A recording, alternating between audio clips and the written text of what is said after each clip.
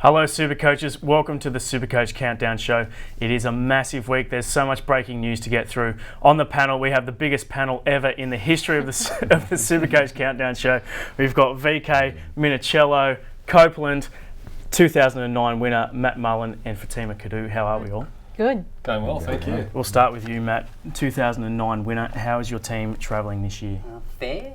Yep. 2,300 and something, so probably out of range, but could be worse. Yeah, that's better than me. It could be me. And how, like, your family's all into it. How have you been travelling since you won in 09? Have you been keeping up what you like a solid standard? Yeah, have been competitive in that with round 15. You're thinking, geez, you could still win this. I think my son 1 year playing his own team was 47th or something, or 80 something. And how old's he? Breed him strong in the Mullen. He's now 17, but he left his 4 reserves off 1 week. In the days before the program would allocate you 4, or tell you he left them off accidentally. So yeah, we're being up there, but. So do you wake up each day and sit there over your morning coffee and breakfast and say who you bring in this week, or is it very much separate teams? Pretty separate. He's doing his HSC, so he'll read his stuff and he'll sometimes ask me, or I'll text him. He's always asked me to text him the late mail and the new info and all that I spend hours getting and summarise it into 3 things for him. So. Very good. That's awesome. Well, let's go around the table, guys. I want to see how many people everyone has in their team this week. We'll start with you, VK. Depending on who gets named, and with Thurston, and then we're hearing snippets, Fenson might somehow be a late start. Fingers crossed. 17 or 18. Also waiting to see if David Barner, the mysterious David Barner, gets a run like he didn't last week to give me 12 runners, unfortunately. But at the moment I've got 17 or 18, so I'm definitely going to be having a crack at the VC loop. Oh. Yeah, 100% definitely. Yeah, I've got 17 this week. Only had 10 last week and just scored under 700, so I dropped a few spots, but back in with a full squad and looking to bounce back this week. Yeah, I've got 18 this week. Hopefully, depending on Jarvid Bowen, it could be 17. How about you, Copes? Not a great week for me last week, but I had planned on that, and I certainly wasn't going to break my team based off that. But yeah, this week looking at hopefully 17 players, maybe 18 as you said. I'm also backing that Cameron Smith is going to play, which could also give me 19. I've got him locked in. So, I've got him locked in, so I'm counting on him. Yeah, so I think there's some good tactics which we'll talk about in terms of how to set up your reserves and your field later on in the show to make sure you've left yourself room to count Cameron Smith as part of those numbers.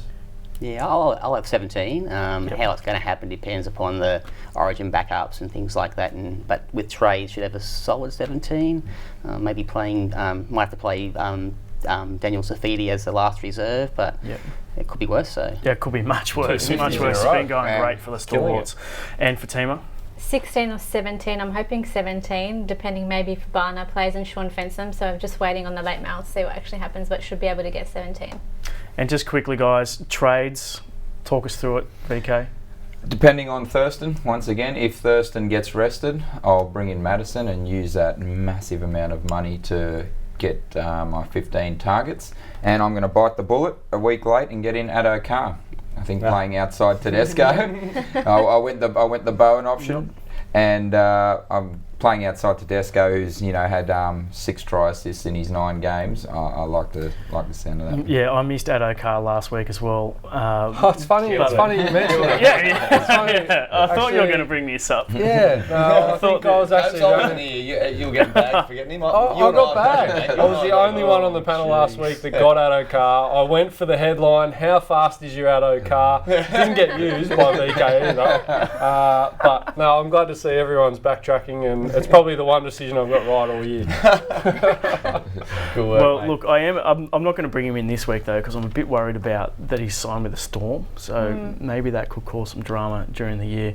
But still, props to you. Well done. Well done. Props to you. Well done. And he's still in the team as opposed to Phillips, who's now Long gone. Oh man, he's made me that much cash. It's all good, mate. Let's go to Hurrell in a couple of weeks. Your trades this week, Minnie? I went. I know we're doing exactly the same trades. By the way. Same trades. I went Widdop into Madison, Yep. and then I went with Hastings into Sean Johnson. So just a bit of a hard swap. Yeah, I like that. And your man Widdop, who you tempted me into at some stage, It's coming from the he's now Dragons gone. fan. He's Yeah, gone. no, fair Widdop. No, he hasn't paid off for me. 2 questions for you. So I'm potentially doing the Hastings to Sean Johnson trade as well, but I'm looking at maybe now that Hastings is likely to play with Pearce being out, he's got a break even of 20, I believe. Sean Johnson's break even is 77. I think I might have bigger priorities and maybe let those two come closer together. Obviously, they play the Knights next week, the Warriors, so you've got to have him then. But maybe you could wait a week on that. What are your thoughts on that? Well, yeah, definitely. Who's the other guy you bring in? Is it Takiaho? I've got 3 options that are potentially Takiaho and Bromwich, who also could come down, but I see him as a real priority as one of the best players in the competition. So when it comes to those guys, break even becomes irrelevant. So the other one was Widdop for me. I see the merit in jumping off now, but the reason you bought him was because of round 12 and round 15 coverage. And I think at some point he's going to get well above the 300k mark, and that's when I'm going to jump off. If it doesn't happen, then I'll keep him there as a 19th player, worst case scenario. But I'm sorry I led you down the road. I just can't handle the roller coaster with him. Fair enough. I just can't handle it. He's a bigger roller coaster than Sean Johnson, who I'm bringing in. Your trades this week, mate? A risky one for me, most likely, will be Smith to Carter. He's my only hooker. I could use that extra cash then to top up Holland to Tohu Harris. That was when Smith wasn't playing, and then I thought I'll pull that one and maybe look at, same as Dave, Thurston to Madison and use that cash there. And then I've swayed back towards thinking, well, Cameron Smith's probably going to lose a lot of value in the next few weeks, and even I think Carter will play every game now until round 18. And I'm hoping and thinking that he'll only score or average 10 or 15 points less than Smith. So that's what I'm looking at, and that'll give me cash to really strengthen my team from here with the Melbourne boys and things like that. So that's the plan. Beautiful. And Fatima? I've gone for a bit of a cash grab this week. I've sold Fensom, but that was before I realised that he might be a late inclusion. So I might reverse that trade, but I did sell Fensom and Takarangi, who was quite disappointed that he got injured because he was shaping as a good pod for me. For Takiaho and Madison, which frees up some cash. So with the view of maybe turning somebody like Paulie into, Bromwich over the next few weeks. So Sitting pretty with Paulie. I know, I would never have thought at the start of the season that I could say that I will turn Paulie into Jesse Bromwich. Fatima, as a fellow fencer over here, he was set to be rested, and now all of a sudden there's a chance that he might be playing. Even though I've got him, I'm still worried about putting him in after he only got 39 minutes. Great PPM last week, but only 39 minutes. And I'm guessing he'll probably play about the same if he is picked. So I had a look at his minutes throughout the whole season, and the most he's played is about 58 minutes, and it's been downhill since then. So he's been the absolute death of me this year. I started with him over someone like James Graham, who I paid an extra 20 grand to get to Fenson. And I'm on the opposite side of the fence. I'm hoping he doesn't play so that he's not an immediate priority of trading out, because he won't lose cash. And the trade I'm looking to do with Bromwich, if I do it Parker down to a Takiaho this week, and then next week fence him up to Bromwich, it can create me about 50 grand just by Fenson not playing this week. So I'm on the other side of the fence there. I hope he really doesn't play. It just bemuses me how Ricky Stewart's I think something's treated him happened this there year. between the relationship, because last year he was dead set on fire, Fenson, and he was playing 80-minute games, and this year the way he plays, like we were talking about it earlier, no offloads. That's right. It's totally So it's the instruction, it's the style, a pattern that they've adapted. And yet BJ Leilua is allowed to only he is offload allowed to at will. offload. He's the only guy who's allowed to offload in the team. Yeah. It's crazy. I don't know if it's got to do with that broken arm that he picked up. Could be. But it is just absolutely crazy, the tactics there. But even you can see him shaping. He wants to offload. You can see him pull the ball back in. So it looks to me like clear instruction. For sure. And to be fair, well, they're going all right. The Raiders, aren't they? So Let's talk about some of the massive late mail to break today. There's been so much going on. We do have our Roosters correspondent here in Anthony Minicello. He's going to talk us through, first of all, Mitchell Pearce with that calf injury. Yeah, walked into the office today and Pearcey had some ice on his calf and strained his calf. So it's probably looking likely that he won't play. And Jackson will come back into the side at halfback with pairing up with Ryan Madison. So Jackson Hastings fans, they'll be happy. And obviously Ryan Madison might take a little bit more control with two younger halves, so he might get the ball in his hands a little bit more with Pearcey not there, so that could be a bonus for him. He might take control with a bit more kicking as well. So let's hope that happens and he can score some points. How many weeks are we looking at for Pearce?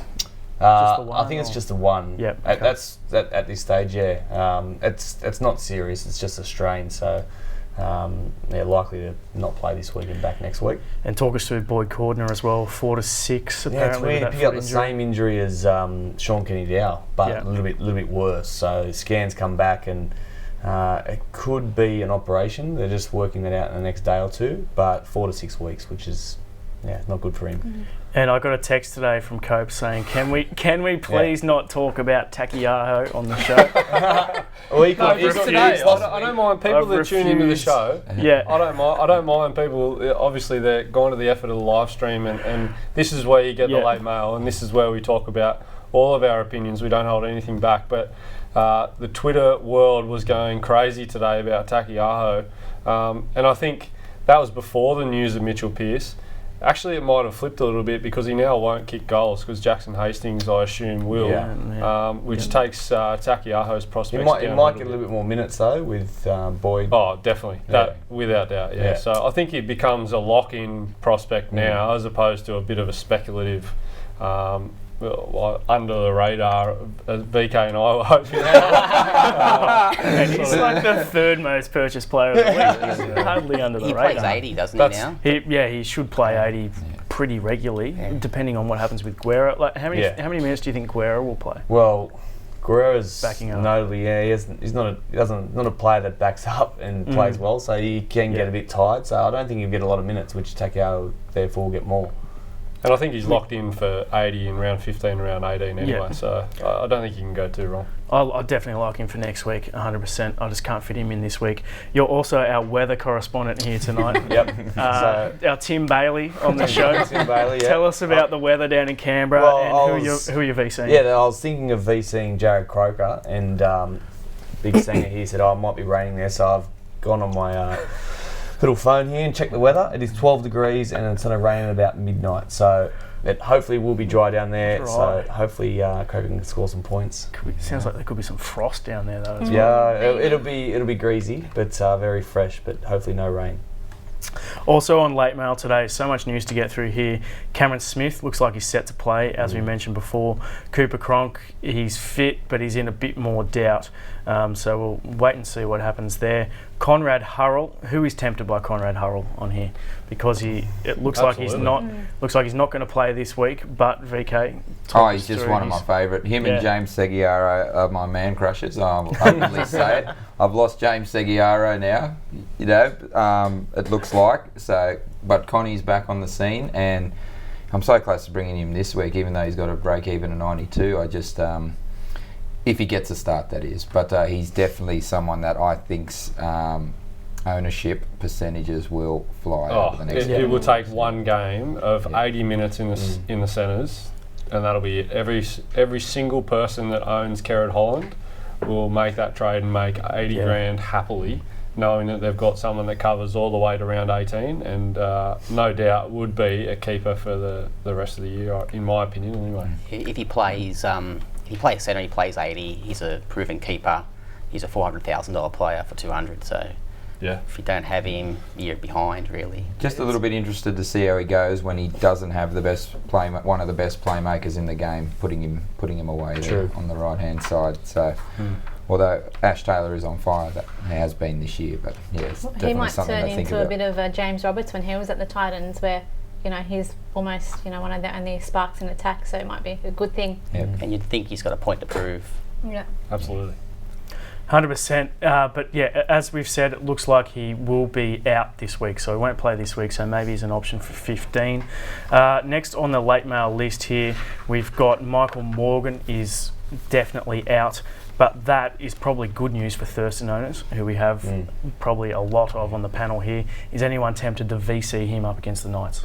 Yeah, if I get confirmation that he's playing, I'm going to VC him for sure. I think even with an early bath, which he, there's every chance he might only play 60 minutes or even half a game if they're in front by a lot at half time. But in my opinion, if that's the case and they're in front by enough, he'll be on enough points already at that point. Traditionally, he backs up unbelievable, Thurston. I think he prides himself on it. He's seen over the last few years the way he's backed up after Origin. He's been dead set on fire, so it's a pretty good choice. Yeah, definite VC option for me, but we'll see what happens whether he actually makes the team. Jalen Feeney is still a very, very popular SuperCoach player, but he has been ruled out. But let's just not talk about Jalen Feeney on this show.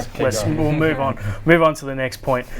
Justin O'Neill is in a bit of doubt. That's not massive news for SuperCoach, except that it could mean that Jarvid Bowen comes into the side, and I'm banking on him being there so I can get some players in the field. Just rest him, you know what I mean, and let Jarvid keep playing, you know what I mean.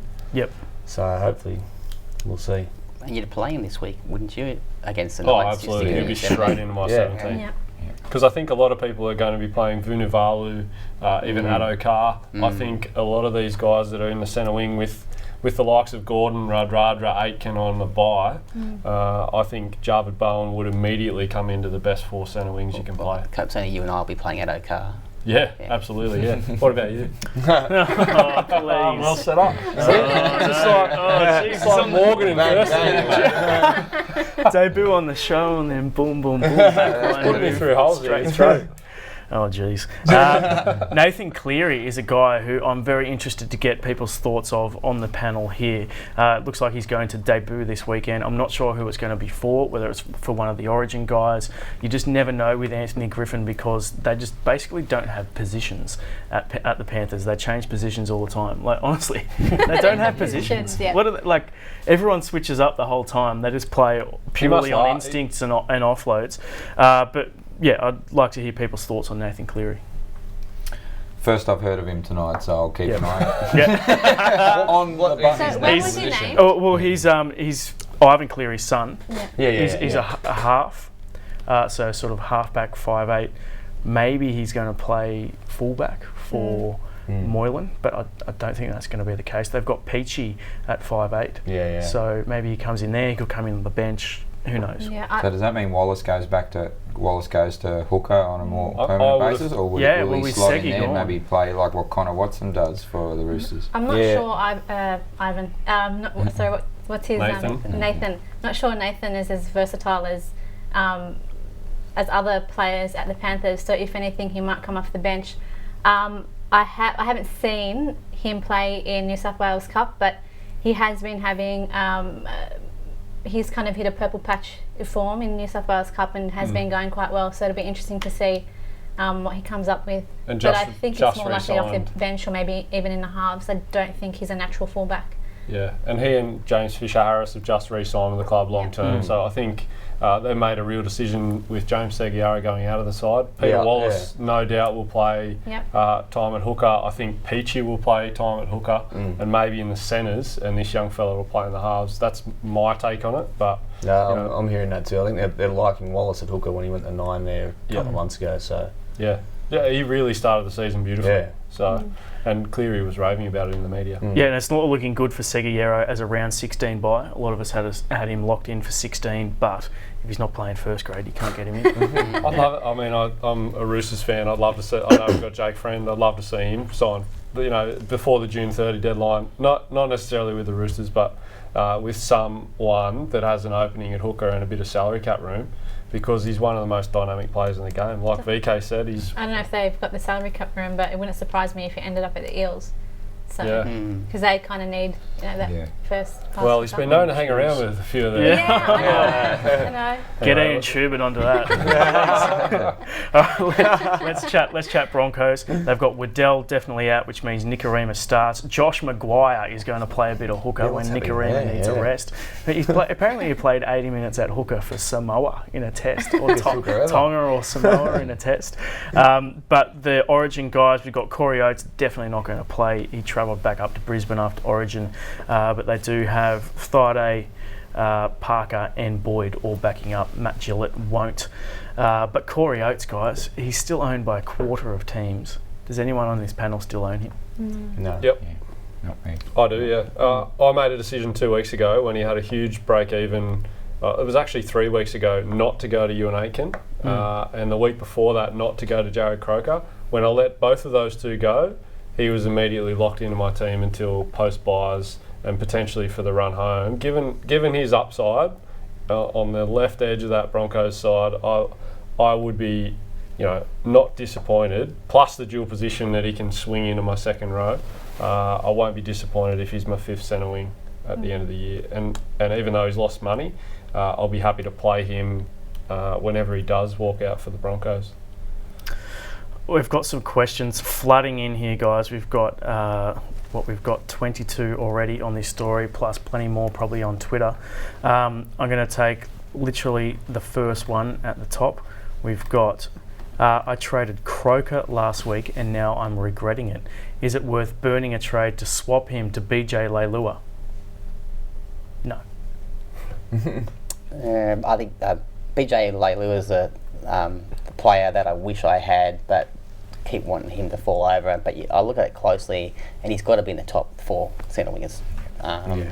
So, if you could go back one and have brought him in last week, but you can't change what's happened, so move forward. So it's an option. In saying that, Croker's, some people would say he could be in the top 4 centre wingers as well. Yeah. So.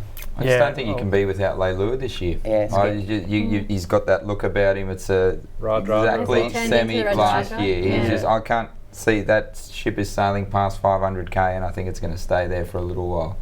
Over the next couple of weeks, he's just him and Rapana are just in unbelievable form. Clinton is asking us here, what do you reckon about Frizzell now that Cordner is gone? Is he? Yeah, what do you reckon about Frizzell now Cordner's gone? Well, I think he's alluding to the fact that Frizzell will likely play Origin and miss round 15. So if I owned him, I would write him out for the next 2 weeks, but round 15 I'll be selling him to probably one of the Roosters or the Eels that play 15 and 18. Correct me if I'm wrong here, Cordner plays on the left, right? Yep. And Frizzell plays on the right for the Dragons, and Cartwright plays on the right as well.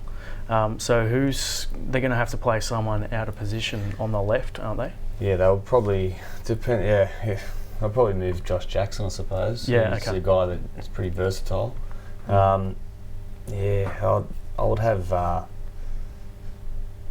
what's his name, Penrith guy in it for the Blues. I reckon. Cartwright. Cartwright. 100%. Instead for sale. I think you should have been in to begin with. A lot of people do, my opinion. Well, Yeah. it might be both if they don't continue with the Dylan Walker experiment. So you never know. Well, you're right. So.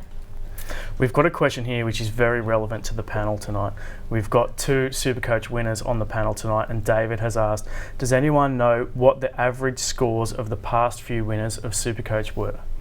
I worked very hard to cover the buys and I've fallen too far behind. Lesson learned. So what were sort of average numbers over the buys? Over the buys, look, way back when, I think probably nearly a full team. Yep. I can't recall, to be honest, but I mean, at the end of the day, you've got to have every available gun for every available buy. One thing that's worked for me to some extent, I think from memory, I brought in David Mead, who was $2,000 cheapie, to throw in some cheapies in your buy rounds and fill up your centre winger position with those guys there and don't necessarily use them as in your best 17 for the non-buy rounds is the key. But it's certainly years ago it was the absolute key. Now it's coming back a bit. It'll be interesting to see the people that have played 10 in the last week's buy round, how they've cost themselves 200 points. But those trades they've used, those trades that you've saved, could easily bring you back more with interest. So yeah, And you're more likely to have, the teams that went in last week with 10 players are more likely to have kept the guns that are going to be playing around 15. exactly. 18. So they I probably think got double the trade. That was for my you, plan. Yeah. Yeah, and with the teams that were playing and the guns that were available, I don't think any of them, a large portion of them anyway, weren't keepers, in my opinion. I agree, So yeah. if you brought in all the teams that would have had 17 players last week, or upwards of 15, there's going to be a lot of trades needing to happen before you hit the ground running for the run home. So Yeah, and they'll get caught with cashies on the bench that they can't cash out at O'Cars to cash out because they've run out of trades as well. So there's no right answer, I don't think. And back then it was only 30 trades as well. So when I won, so I think that the trade saving was a biggie then, and the average punter ran out pretty quick. I think that's why they added in the 10 to keep the interest in the game longer. you'd be out halfway through the season, mate. How 15 many trades for me. left? 15. 15 left. How, I've saved one trade. How many trades has everybody else still got? I have 19 prior to a possible So / probable 17. 2 trades this week. Coach, I've do you know how 19 after trades this week. Okay. But the little men, we've spoken about this Yeah. in previous years, the little men just They sit get there in and your stare at head. you. They get in Yeah. your head. Last don't week, they? by around, there's 4 of them sitting there looking at you all weekend. Yeah, going, "Go Yeah. on, come on, use me." Yeah. Yeah, Pretty you- soon there'll just be crosses over the front. None to go. No more. That was What hard to about you, watch. Minnie? How many I've do you got have? 20 trades left. So Okay, I've got 22. So, but I'm a known trade hoarder. So Yeah. yeah, wait till it Oh. happens. Yeah. You Yeah, 20. Yeah. 20, which Oh, I wasn't jeez. that happy with, but I am now. You'd be very happy. I'm battling, that's for sure. Let's talk about the late mail for tonight's games. We've mentioned it a bit, but it does look like. Do we have any teams yet for Tima? Not as yet. Let's preview what's going on with the teams tonight. We've got Paulo likely to come into that side, Fensom as well likely to come into that team. There's a bit of mail. We don't know whether Papali's going to play or not. And at the Sea Eagles, they've got Steve Matai, who is in pretty serious doubt. Probably Walker moves to centre. Nate Miles probably will back up from the bench. George Tafua's definitely no chance. Apisai Coruscant will return. I reckon he's going to play in the halves. Who owns Matt Parcell still on this panel? Yeah, I do. I sold him last I week. do, and You it's, must be I'm happy really about hanging on that. this Apisai Coruscant, Yeah. or the role that he plays, because I'm running with him and Granville at the moment to get me through, and I probably should have sold Parcell a couple of weeks back, but held him for round 15 because I hit the old buy plan and saw round 15 my numbers were very low, so I'm keeping him for that reason. So yeah, hopefully he plays somewhere else other than reserve hooker. Who would you swap him for? If you could pick 2 hookers to carry right now, who would you take? Oh look, I'd still go Cameron Smith. Outside of him, there's not too many better options, is there? Well, he's the only real 80-minute hooker that's just consistently playing the whole time. But I feel like he's gone up a new level, especially in the last 2 months. Just the creating. I was reading somewhere that him and Cronk got together in the off season, and they said, "How are we going to change the way we attack?" And you've seen the way they've done it with Bromwich, and they're at a Good team. I rate the Storm big time. Lost this Slater year. in round 1, and they have not missed a beat. no, at all. Incredible. Yeah. Well, Munster's just such a gun. Yeah, Munster's a gun. weapon. Imagine if they had him at weapon at Jeez. Him at centre. Imagine they had him at centre and Billy Slater at fullback in that team. Just It'd be a feeding the ball. ridiculous team. I think I'd still go Friend though if it was someone that I had to play tactically. I would Friend. agree, and that's where I would have went, other than Jake Friend's break-even's big this week. Yeah. And Connor Watson, I've got to be honest, I haven't watched him that closely. How many minutes is he going to take off him?